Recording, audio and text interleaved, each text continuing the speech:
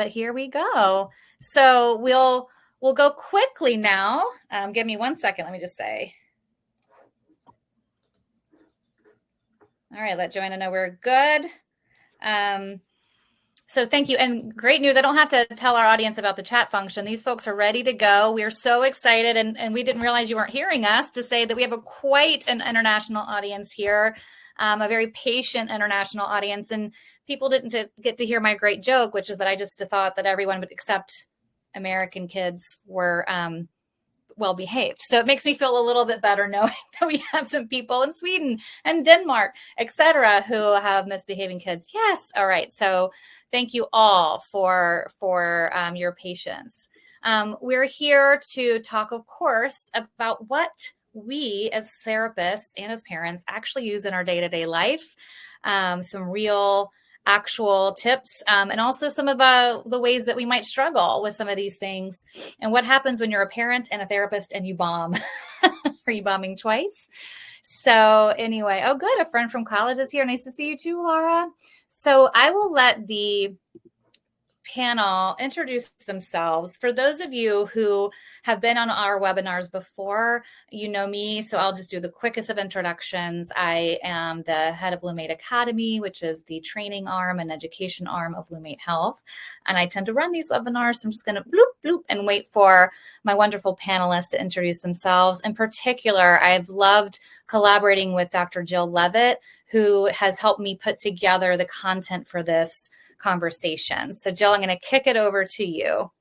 Wonderful. I'll do a quick intro. My name is Jill Levitt. I'm a clinical psychologist and also the director of training at the Feeling Good Institute. And I love to practice cognitive behavioral therapy with my patients who are primarily adults and young adults with depression and anxiety. I love to teach and train, and I'm in addition to being the director of training at the Feeling Good Institute, I'm on the adjunct clinical faculty at Stanford, where I teach and train therapists. And then as a parent, I will say, I have two awesome boys, mostly awesome boys.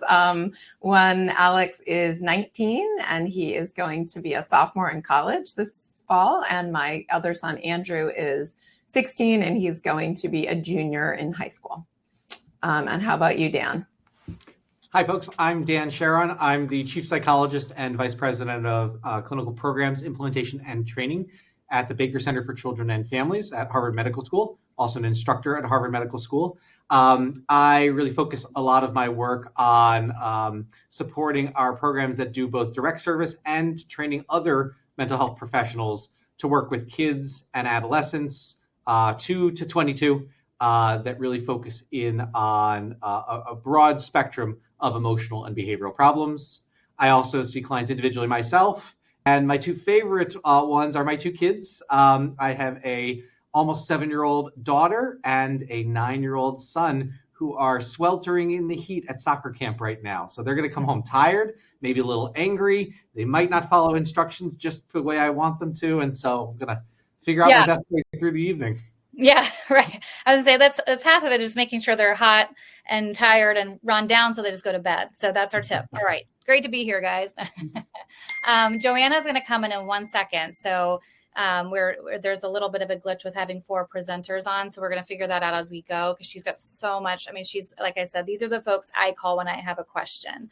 But let's just go ahead. And I wanted to give you an overview here of the scope. So the general gist of what we're going to cover. All of the things we talk about today, registrants, again, will get a link to this conversation in your email after it's done. And we've made sure the audio works, et cetera. No more blue dots for that. And we're also going to send you what we call a gist sheet, some of these main points. So you're not trying to furiously set up and write notes while we're talking. So you'll get all of that here. We're going to start with sort of how to be a parent, just the context of it, the ways that you can approach it, being flexible, having compassion for yourself primarily, and then values-based parenting, essentially parenting based on your values as opposed to shoulds or emotions.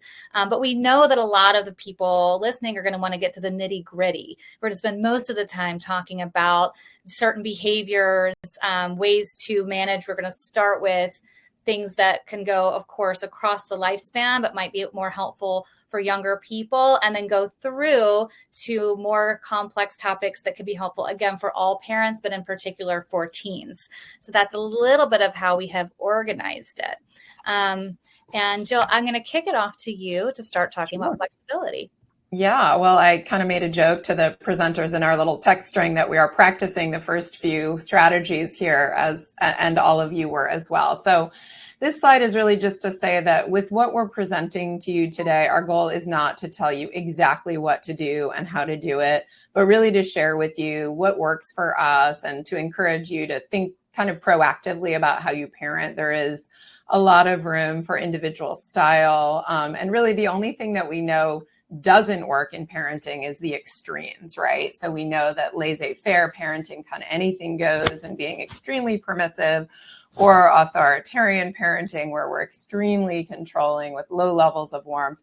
These are not the things we want to be doing, but there are a variety of different ways to approach parenting kind of in between these extremes. And, there's a great benefit to being flexible in the way that you parent. If you hear something today and you think, oh my God, I have to do that, and I have to do it every single time exactly the way they said it, you're going to feel really stressed out, and you're going to discover that it's not working all of the time. And also a lot of the strategies will work differently for different kinds of kids. So we kind of put this slide in here really just to encourage you to be proactive, be responsive, be open-minded to the things that we're talking to you about today. But most importantly, try to be, flexible with your children, with yourself, and even with us today. Yeah, I was going to say if we all needed to do things 100%, no one on this panel has whatsoever done things 100% of the time. And then also along the lines of kind of the how rather than the what, we wanted to share with you just the concept of making sure that you're attempting to be compassionate with yourself and also with your kids. We put on this slide a couple of common beliefs that might keep you from being compassionate, thinking that your own behavior was so bad in that situation that you shouldn't be self-compassionate. You could apply that same thing to your kids, or that, if you're being self-compassionate, you're being, too much of a softie. But essentially, I should define that when we think of compassion, we think of that as sort of recognizing your own suffering, your own errors, your own fallibility, and responding to that, with kindness and love rather than with harshness and criticism. And of course, that can be self-compassion, and then you can also be applying that with your children. And sort of what we want to convey here is that if you are compassionate with yourself and forgiving with yourself, you're also modeling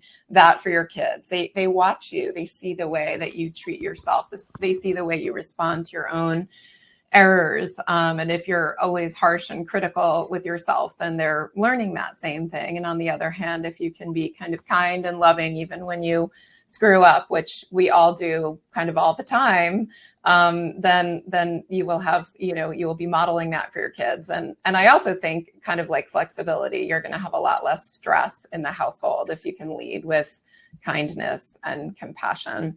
And then the only last point I'd make too is that it's probably really good for, building emotional intelligence in your children, right? Being compassionate, helping them to understand their thoughts and feelings is also going to help them to understand themselves rather than to feel, ashamed and feel like they need to hide. Right. And then next, talking a little bit more about that values-based parenting. What I will say is this. All of us on this panel have probably been trained in really specific types of ways to parent our children. And I think we probably all look pretty different as parents in the room because we're bringing in our own personalities and our own values and bits of importance here. So I think that a lot of times, especially, I remember being a new mom, and did you have this where it's like there was a parenting book all over, Jill, like you said, it's always like, well, this is the right way to do it. It's attachment parenting, or no, it's got to be this kind of parenting. And we actually, there's not research that says there's one kind of parenting. So how do you make the decision? And oftentimes as a parent, you have a choice of how to respond to a tantrum or to name calling or to a slammed door. And there are a lot of different ways you can respond to that. First of all, you know your children better than we do. Secondly, you know that what you feel is important in your house. Some people might let certain things go, as other people are like, that is a no in our house. But the idea is to be aware of what those values are, because otherwise we're really likely to parent instead based on shoulds, feeling like we should do certain things, or comparing our parenting to someone else. Oh, their kid is beautifully behaved, let's try it that way. They might be because of great parenting, or they could just have been temperamentally well behaved. Kids are born themselves before we have anything to do with their behaviors. So just kind of paying attention to what are my values and what are the things that I feel, it feels a little different when you're doing something because, oh, I think my friend would judge me if I wasn't doing it this way. So we just want you to pay attention to that and really highlight that, especially as we start to get into more of these next pieces, to pull in the values, the compassion, and the flexibility into each one of these skills that we're going to talk about next. And Sarah, just to add, parenting, we always hear parenting is like the hardest job in the world. This goes back to that compassion. Let yourself off the hook a little bit.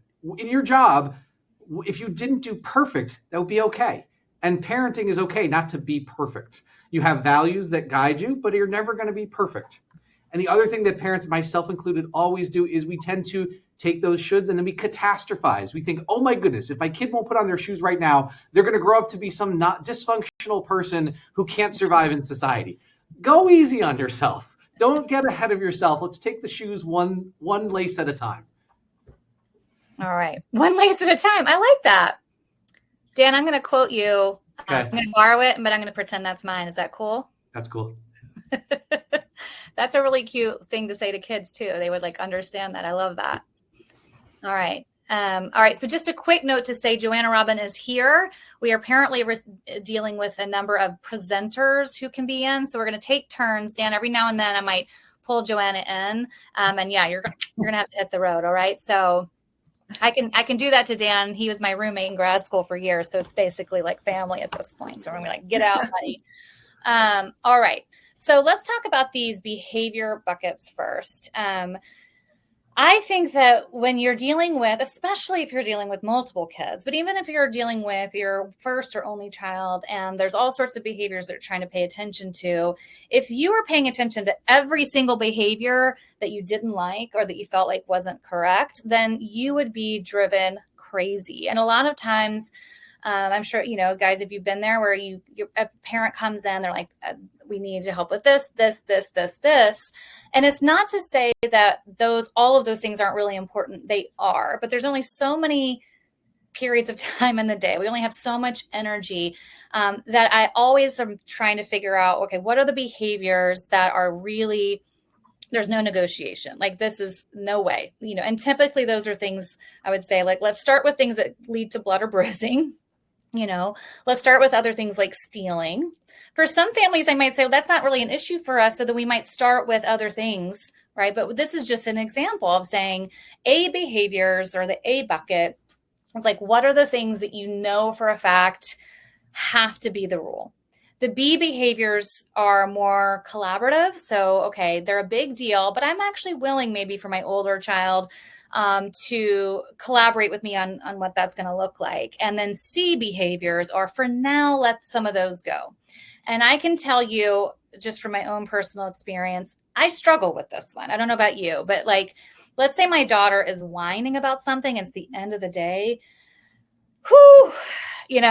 She might have a really valid point, but the minute that whine comes in, it's like something happens in my brain. And I really struggle to sometimes let that one go. For her, we're really trying to focus more on getting her to take responsibility for putting her stuff away. She's kind of a tween, younger tween. And that's, those are things that we really want her to do more of. We're trying to help her regulate some of her emotions around some social interactions a little bit more. So, if I'm really trying to focus on those, but I get onto her every time she whines, I'd be getting onto her all day long, basically. And so this is one that I really do that I buy into. And it's an area where I struggle. I'd be curious if you guys have any A, B, or C behaviors. Which one do you struggle with the most? Sometimes it's telling the difference between them. That's what's so challenging, because it can be nice as a professional who knows this stuff backwards and forwards to say it cleanly falls into this category. But sometimes the biggest challenge is to figure out where it is. And that changes based on my kids' developmental ages and maybe how they're doing. Like sometimes I'm like, yeah, you're too tired to make this something I have to definitely do. And you have to be flexible. Absolutely. Yeah. And really, I would just say it's the beauty of this is more just that it's proactive, right? That you as a parent are thinking about it, right? That you're not just in reactive mode where everything is the same, but that you are actually trying to consider yourself, what do we need to pay attention to? What do we not need to pay attention to? I would also say this is one where it's really helpful if both parents, if there are two parents, are on the same page, right? Ideally, you're both paying attention to the same things and you're both letting the other things go away. I would add that also that bucket B is tough when we think we can problem solve, because our big adult brains have the emotion regulation to problem solve in that moment. But I think of the example of my daughter on a plane. We had to go to see grandma. And, that really tough part where you're waiting for the people in front of you to leave the plane and everyone's tired and they've been sitting traveling and she's just whining. And I realized she's just saying out loud all the things that every passenger is thinking. And her developmental level is she cannot problem solve right now. And that's not going to be effective. And so just being able to have some compassion there and recognize what's going on is important. Right. All right. I know we could go on all day, but we'll keep moving. The one thing we do want to add, though, is for those C behaviors. And this is something that I don't know I would have done instinctively if I hadn't been, sitting, getting trained in parent-child interaction therapy. But I've sort of been really trained to notice the positive opposite. So with my daughter, whenever she is talking in a big girl voice, I will really notice that. I'll be like, wow, I heard you so clearly right there. I feel like I'm ready to help more effectively. So it's not that we just don't pay attention at all to those behaviors while you're sort of having those put to the side and not rising to the level of, A or B. You can definitely notice when they're not doing it and take it from there. All right. So, Jill, off to you. Yeah, right. So on this slide, we want to just talk about sort of knowing what you are rewarding. And first, I'll just kind of walk through the slide with you. So we have this kind of adolescent scenario where the parent says, Mike, please, send your essay draft to your college advisor. And this could easily be you're talking to your toddler saying, please clean up your room, right? And then Mike says, I can't, I can't right now. It's not finished. And then the parent kind of nags and maybe yells, Mike, you need to do this for your future. You haven't done anything on this all day long. And then Mike says, I can't, just leave me alone. And then this is the important point we all need to be paying attention to. Then the parent says in this scenario, fine, I'll just finish it for you and I'll send it. But next time you have to do it on your own. And that's kind of the reinforcement going on there. So, and then Mike storms away and he's angry and he isolates. And in that moment, you have to be asking yourself, like, what am I reinforcing? Meaning, what's now going to happen, right? What does Mike actually learn from this scenario? And this one may seem really obvious. You may be thinking, oh, I'd never write my kids' essay for them. I'd never finish their homework for them. I'd never, but there's a similar parallel thing of just, are you picking your kids up off the floor? Are you picking your kids' clothing off the floor after making a huge deal about how they have to pick up their clothing, right? And then essentially we're just reinforcing the pattern, and we're sending them a message that, you can basically say no, and then I'll do it for you.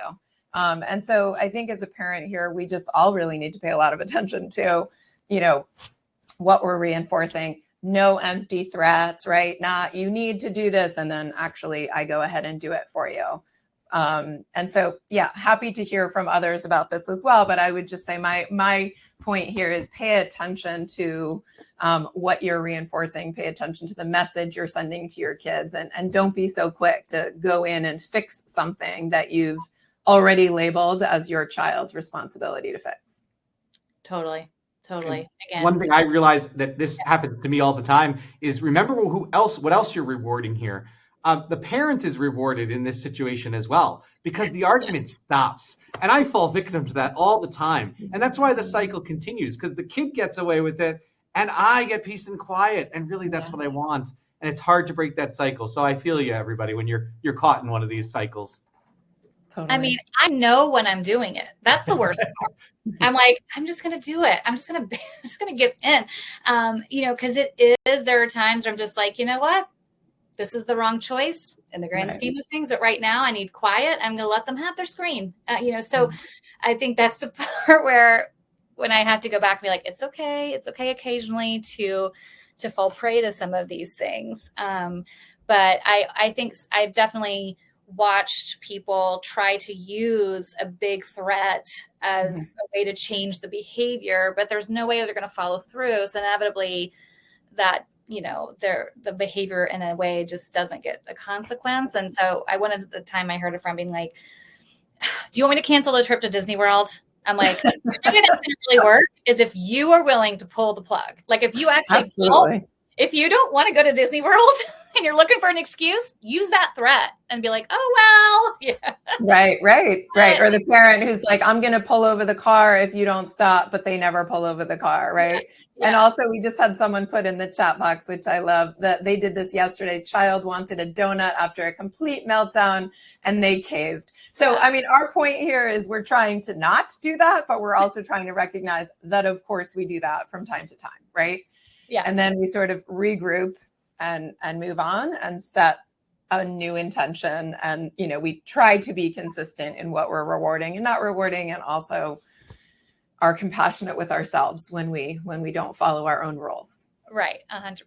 I had a friend who, we were kind of parenting in the early years together, and I went to her house for like a summer trip, and it was August. And we came up and she goes, I need to apologize in advance, but they were really arguing the other day. And I told them no more donuts for the summer. But man, she's like, this is the worst thing I've ever done. She's like, so please, can you just tell your kids not to ask for donuts? And I was like, I gotcha. Because she knew. She was like, shoot, now I got to do it. It was tough. All right. So the 80-20 rule, it is so natural for us. This goes back a little bit to those C bucket behaviors I was talking about. And I think it's so natural for us to notice when something is that we don't like and to comment on it. So if someone is, running around in the playground and they're not watching where they're going, you're going to most likely say, hey, stop running. It is something that is instinctive. If we look at what is commonly happening with parenthood, typically we pay attention to the not okay behaviors about 80% of the time. And then we talk kindly about the good behaviors, the okay behaviors we want to see 20% of the time. And it just becomes a negative cycle sometimes. And I don't want to say it hurts the relationship necessarily, but it just doesn't always feel as good because there's, when it's coming out, like it's like just constant. We're constantly getting, and kids are constantly hearing and receiving feedback about what they're doing wrong. And there are times where you really do need to notice those behaviors and correct them. Let me be really clear.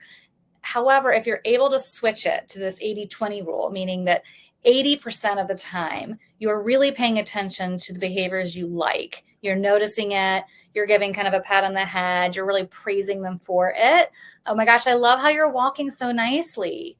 Or sometimes I'll just kind of say it ahead of time before we even get into a place. I'll be like, I'm already proud of you for how you're acting. Good job walking. And, it's like, it gives a little tip, like that's going to get my attention. And the not okay behaviors are what you can say 20% of the time to really correct. Have you guys ever heard of the soggy potato chip? metaphor? No. I changed it because when someone told me it, I felt like I was like, I really don't want to think about a soggy potato chip. I changed it to broken candy. So the idea of attention is like if you give a child a piece of a beautiful M&M that's nice and shiny, and you give them a cracked M&M, they will take the shiny M&M and then probably the cracked M&M. But if you just give them the cracked M&M, they're still going to take it. It still tastes good. And so positive behaviors are like the shiny M&M. Cracked M&M, positive attention is the shiny candy. The cracked candy is negative attention, any sort of focus you have on the kids, meaning they'll take what they can get. And if it's negative, they'll take it. And sometimes that's a way for them to try to pay attention to me. I want to have mom and dad's eyes on me.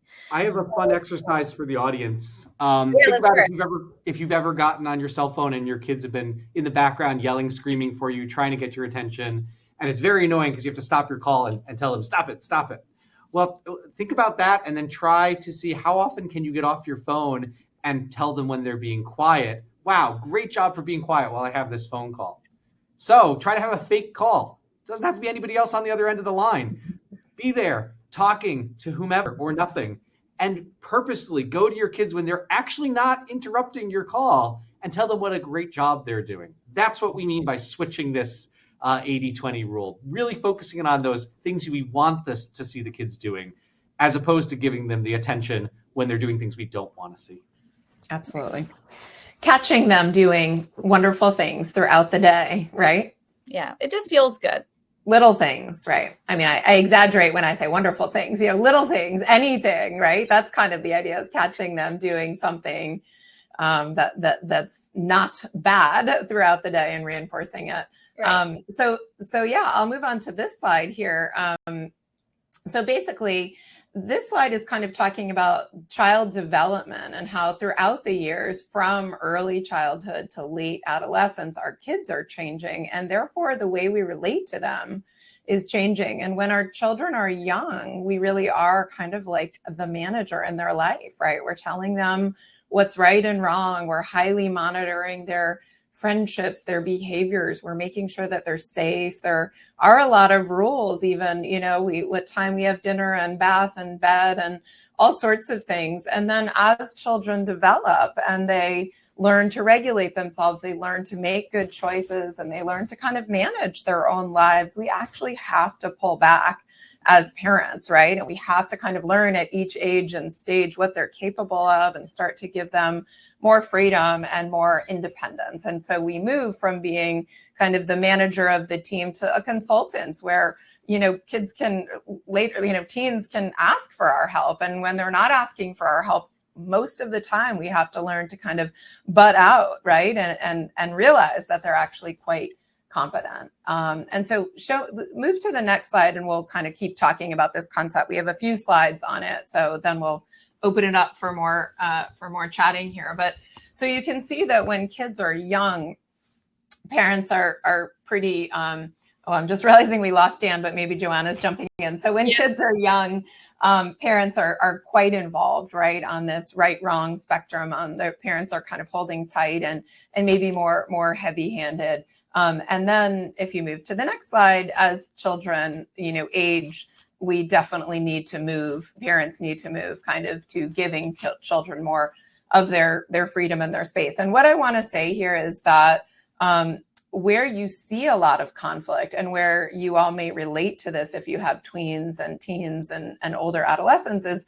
the conflict comes where you're not really aligned with your kid on where you are on this spectrum of kind of control. So where teenagers are really wanting to kind of run their own show and parents are still trying to hold tight, where that discrepancy, where that gap is where you're going to end up seeing a lot of tension with your kids. And I just want to share that I totally experienced this with my older son when he was in middle school, where I suddenly felt like there was just a lot of conflict between the two of us.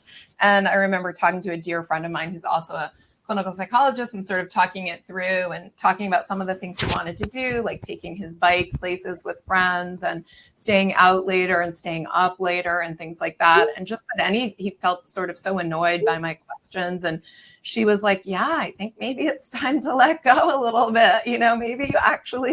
Maybe all this conflict is just coming because you're being a little over controlling. And it was so important for me to hear it. And I realized it. And not only did I start to pull back, but I told him, like I said, Alex, I realized that we've been in a lot of conflict and I think it's my fault. I think I'm not giving you the independence that you deserve. And the other thing that I realized is that when you hold on too tight, you're also sending your kid the message that I don't trust you, that I don't actually believe that you can do this on your own.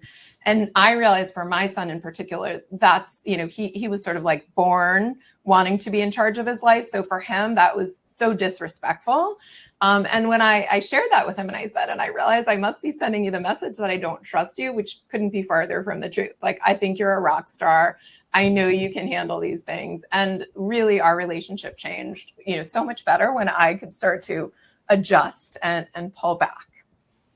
And now I see Joanna's here. Yay. Hi. Yeah, I just love that, Jill, because I also think what that also showed is that the repair that we can do that maybe as psychologists or, comes easy to us in some ways, but does not, some not so much. So I love that we can own our stuff and take responsibility and then, have that opportunity to take that and model repair as well. So I think that really is a gift that you're giving your children.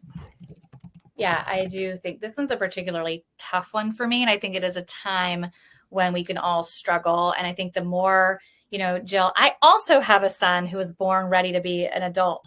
Mm-hmm. Like at 9 years old, he goes, oh, okay, so you're halfway through raising me. And I was like, exactly. He's just ready. And whereas my daughter could just be so much more, if anything, she's holding on too tight. Right.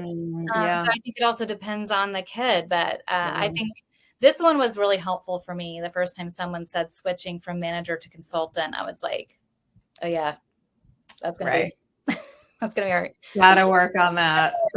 We want to protect them. All right. So, and by the way, thank you, audience. We were, Dan has been seeing, he's really works with kids of all ages and teens of all ages, but his kids are littles. And so we wanted to make sure Joanna was here to speak to some of, because again, oftentimes I'm looking to friends and colleagues who are a few years ahead of me in the game, being like, what do I have coming? What do I have coming? So thank you for popping back in and staying on sort of the sidelines for a second. Absolutely. All right.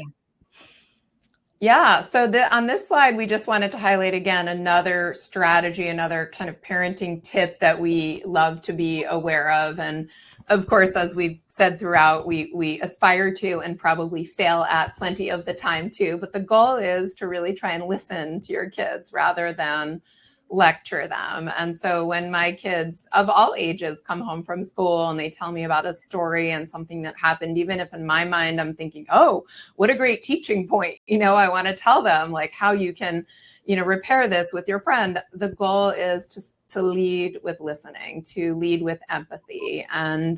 And why would we do this? Because of course it builds trust, right? Our kids, we want to be just really good listeners. And the more that we can listen and support our kids, the more they're going to trust us and the more they're going to share, the more they're going to communicate. Also, if you are one of those people who's kind of quick to advice give or problem solve, you'll see as your kids get older, and again, depending on their temperament, you're going to get more and more resistance. If they didn't ask for your advice, they don't want it, especially in the teenage years. So my goal is to try to zip it and in terms of advice giving and problem solving, and really just offer some empathy and some support. And also you're teaching them how to, communicate well, right? That not everybody wants to know your opinion right away. They want to interact with a good listener. Right. And sometimes we can also ask if they want advice. Was this such a situation like, I have ideas, do you want to hear them in case, if it is a problem solving situation? And then just that respect that we're showing in that moment versus in the anxiety we're feeling where we have so many ideas because we are therapists and we do have good at problem solving, we can put it out there and then we can respect that no, if there is a no in that situation. Absolutely. Have you guys ever, I'm just curious, if I were to say, hey, I have some thoughts, do you want to hear it? I'm pretty sure the answer would be like, no, we're good, thanks. Have you ever had them take you up on that? Yeah. I've had it go both ways. I've had them say, nope, I'm good. And then I have to bite my tongue. And I've had them say, yeah, what do you think, Mom? And then the beauty of asking them, I share empathizing first and then saying, I have a couple of thoughts. I'm not sure if you were, wanting to hear my spin on that, is that if they say yes, then they really are open ears, right? They actually are asking for your advice. So yes, I would say it goes both ways, but you have to be willing to hear their answer to that question. Right. I do think I just tend to, to think I have some really great tips. Right. But my son has started to say, and I'll joke with them now, I'm like, hey guys, I was going to lecture you and I stopped. I try to at least share with them, like, I am trying to stop. I am hearing you. It's just hard for me. But I also notice a difference when I hold back and they just share, or sometimes I'll even say, like, do you want my advice, or am I just listening right now? Like, is that what you need? And they'll be like, I just need you to listen. So that's a tip. But I've noticed that they still calm down afterwards. And that's been really reinforcing for me. Right. I know that that's what people say will happen. And when it did happen, I was like, okay, good. Because I'm kind of new in the raising kind of tweens and discussing and more complex problems. It's not like, don't forget to put your homework in your backpack. It's like, this friend was making fun of me in school today. And I'm like, well, need the address, gonna go beat some people up, like that's what I want to do. Also recognizing we don't always have the answer. I mean, a lot of times we do need to listen more, especially in these teenage years. Situations are pretty nuanced, and I'll even acknowledge to my kids too, like that is genuinely a hard situation. What do you think? And I'm thinking this, but I'm not even sure that I know what is the right answer, right? Like, and sometimes it's like, time will tell, or you could try this, or you could try this. So I think kind of having humility in those situations is so important. I agree. Yeah. I feel like just reinforcing that it's worth, the answer. You might be able to try it out yourself and find out what works. Yeah. And then putting it back onto them, I'm not sure. You could try it this way, but you probably know more than me, is what I usually say. Especially for some of these more, social media stuff. I'm like, oh gosh, I have no anecdotes to give you from my own life. We have a couple of questions, or actually one, but I'm sure other people might be thinking it on strong-willed children. And I think, sort of, Michaela, and I hope I'm saying your name correctly. I don't know if Jill was thinking this, but when I mentioned that my son was born ready to be his own adult, I meant he's strong-willed. Yeah, totally. That was my secret way of saying he's really strong-willed, and I don't know where he gets it. Right. So a lot of these are times where with strong-willed children, the techniques don't change. It's more, this is my take. I would love to hear what you think, guys. The techniques don't change. It's just that you work harder on the flexibility, compassion, and values over shoulds, because strong-willed kids are temperamentally, they can be officially tougher. They have a more, maybe, I don't know your son, or daughter. They might have temperamentally just more of a concrete way of seeing things, or they might have big emotions. So it can be a lot of trial and error, I have found, and a lot more of picking your battles. Yeah, what I would say about that, definitely my older son is and was strong-willed. And I always think of him as like he was born wanting to be like the head of the household and has always wanted to be the head of his own life. And what I will say, he's now 19, and not that my experience is everyone's experience, but at some point it became really helpful to me to think about it, that the fact that he wants to run his own show is going to serve him really well as an adult. It's just really hard to parent him. And once I thought that to myself, I had a lot more compassion for him and a lot more optimism about the future. I thought, he doesn't need to follow rules like for the rest of his life, and actually it's totally true. He's a super responsible 19-year-old. He's the one who makes the plans for his friend group. He's the one who registered for classes without ever asking me. So there are benefits, like having a strong-willed child who can, kind of get things done. If there's a way of I mean, my parenting strategy with him was anything that I could allow him to do, any choice he could make, anything I didn't have to be involved in, I tried to stay out of. I just tried to pick the things that I absolutely had to vote on. And I think that, you know, was a huge plus for our relationship. All right. So I'm up here. There's actually some research on this one, and I don't remember honestly when it came out, but it was just looking at what can happen. And there's a lot of probably studies, et cetera. But the one that really occurred to me is that students who were praised for things like being smart struggled later in life when they had difficulty with a class. There was someone I grew up with. She'll remain nameless. She's doing just fine. Don't worry. But she was always seen as really, really smart. And then she got to a certain part of math. I don't know if it was algebra or calculus or what, but she just couldn't get it. And it was torture for her. She really struggled. And I think partly it was because it got in the way of her thinking I'm a smart person. And if people are rewarded for something they can't always repeat necessarily, or that feels a little bit vague, like you can be smart, but then if you go to like a Mensa meeting, maybe you don't feel as smart. So what, then you're dumb?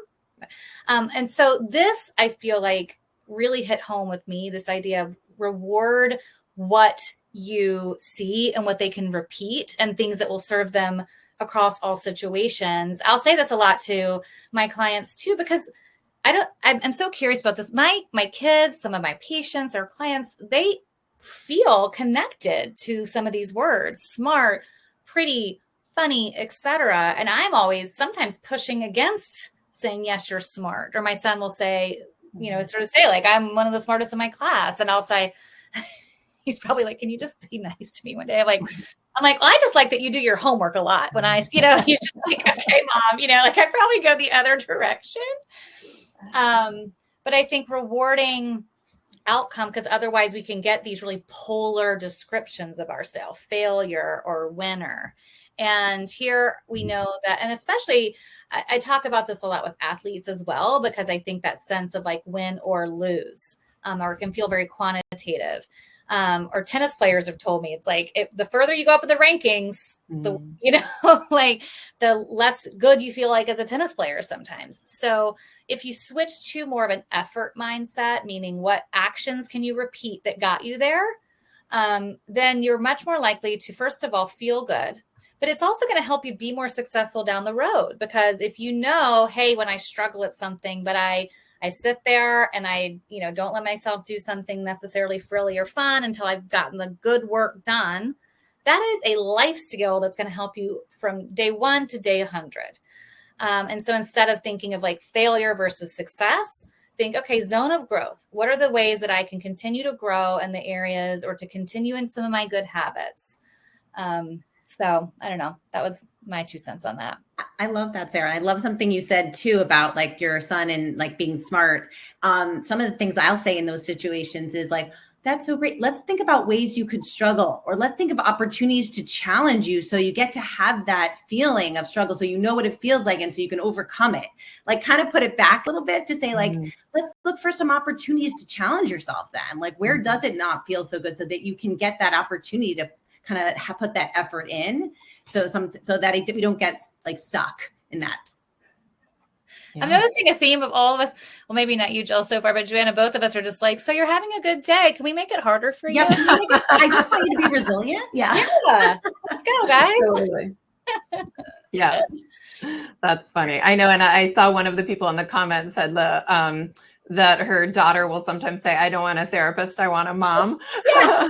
So yeah. I'm sure would be like, we would love to not have a mom therapist or a dad therapist. I'm sure we can relate to that.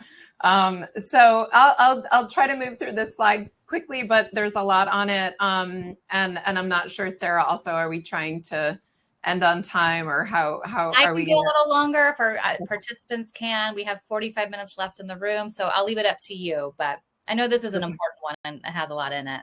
Or 15 minutes left in the room, I think is what you mean, right? All right, yeah. Yeah, that's my way of saying just a few more means 15 to 45.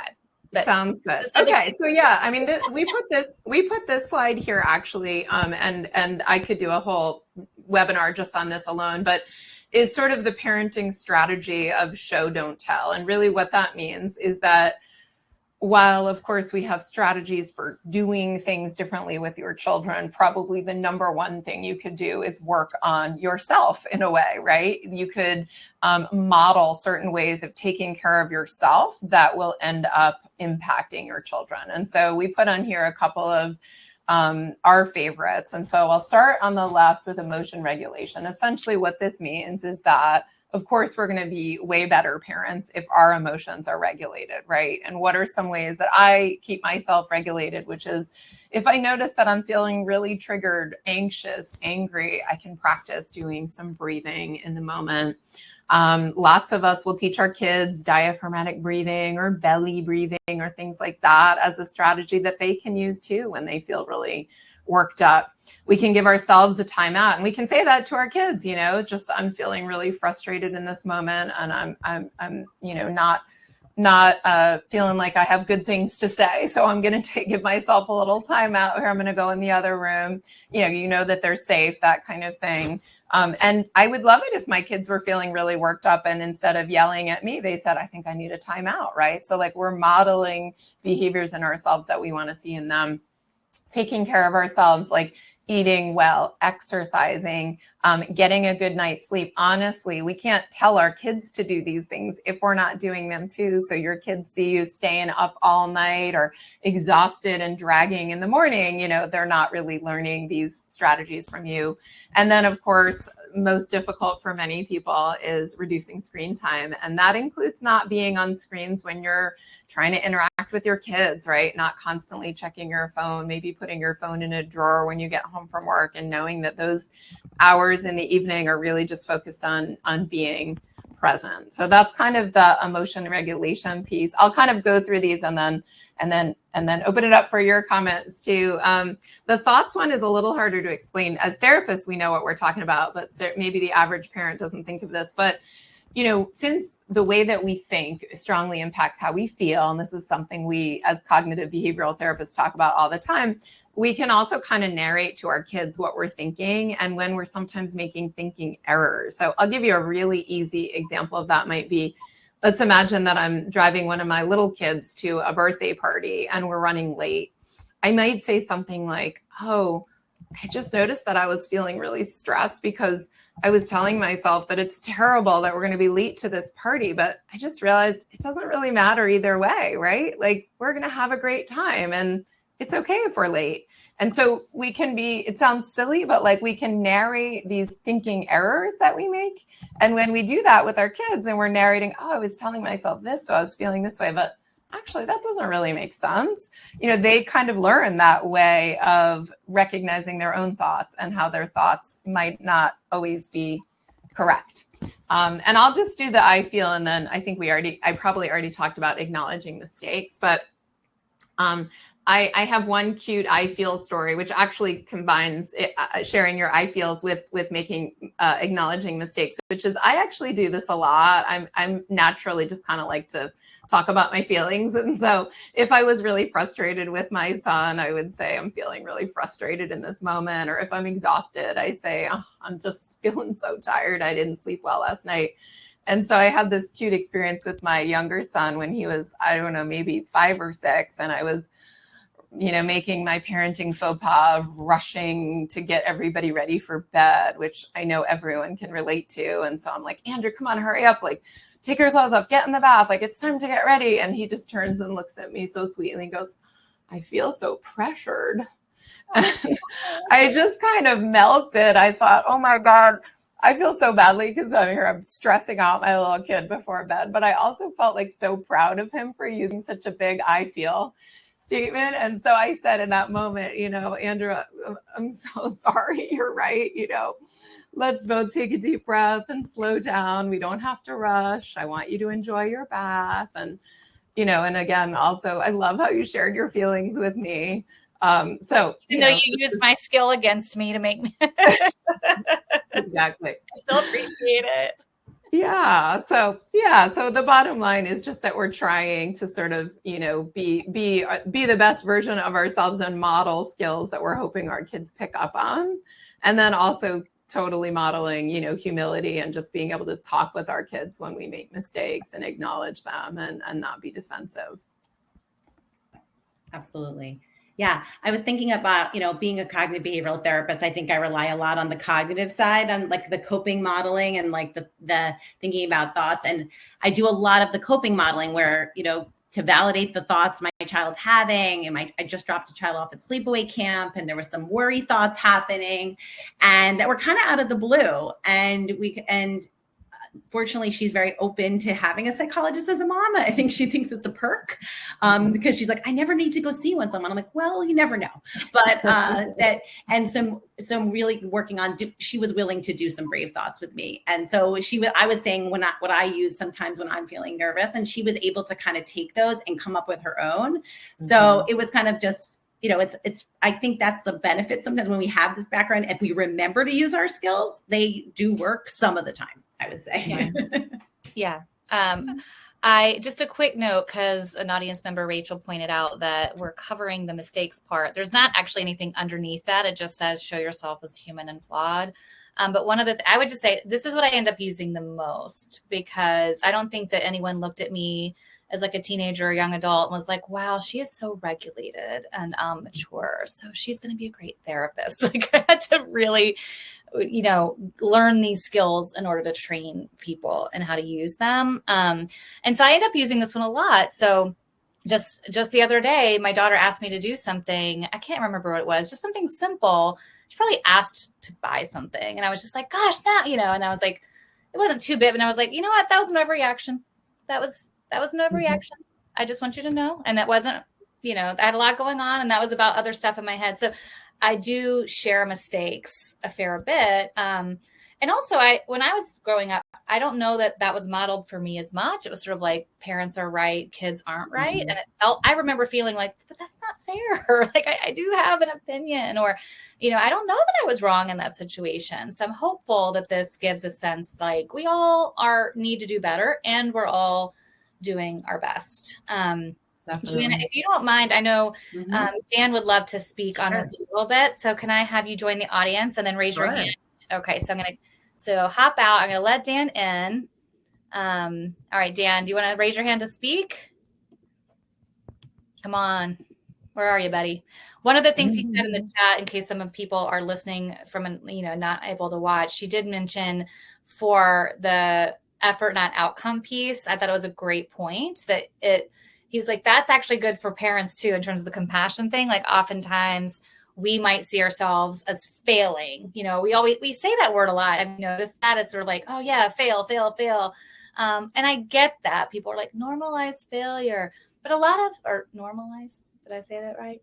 Mm-hmm. But a lot of times, I don't know that they're fails. Certain things aren't necessarily fails. Just like not everything is either a failure or a success, but just sort of a waving range of going through life. And it can be sort of mundane stuff. So I thought that was a great point, that in case people didn't see it in the chat, that he raised to everyone.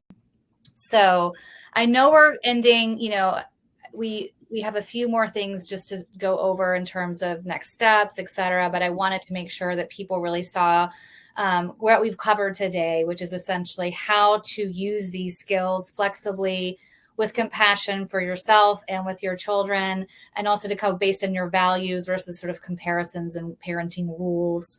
And then we went through some of the tidbits here. Again, we will give a gist sheet to our audience and a live link to this webinar so that people can go back and listen in their own time.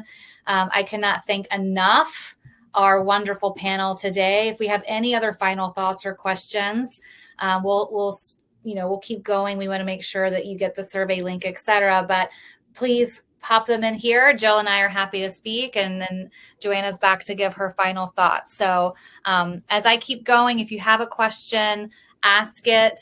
Any sort of final thoughts from Jill or Joanna? Oh, sure. I just would want to say I've enjoyed being part of this panel and hearing about your stories. And, I think we can all be in it together.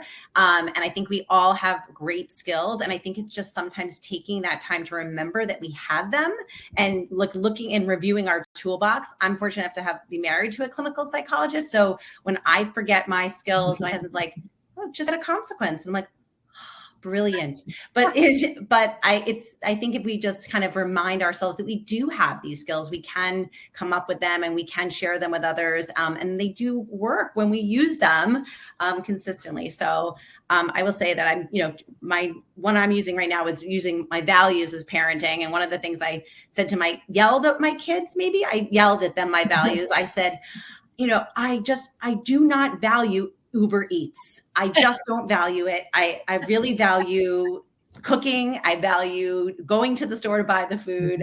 And so I think I keep continuing to figure out what are my values and how do I want to explore them with my kids, maybe not yelling at them though, those values. Right. These are our values. That's right. Exactly. There's a comedian I just heard and he said, my son's always ordering Uber Eats. He's like, I don't know what we had in our childhood. No eats. Like if the mom hadn't gone to the grocery store, there was no eats. So that was funny. So we have a message from Vanessa saying, do you know of any good resources for exploring your values as parents?